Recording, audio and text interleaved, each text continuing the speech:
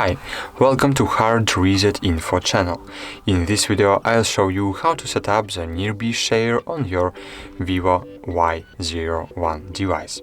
First, you need to open the control panel, then find here Nearby Share.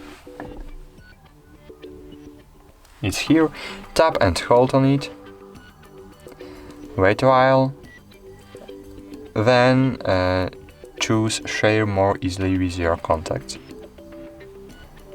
Scroll down and choose Agree.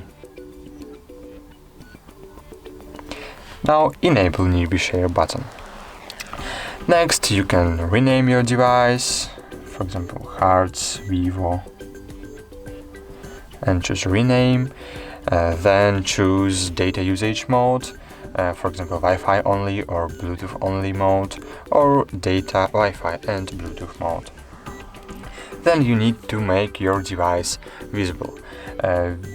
Device visibility mode is hidden, contacts, or for everyone.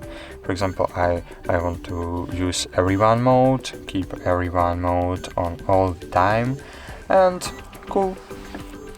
Now you can receive data, you receive photos, receive videos, receive media, and you can send data too. So, thank you for watching, like this video, subscribe to our channel, and bye! See you!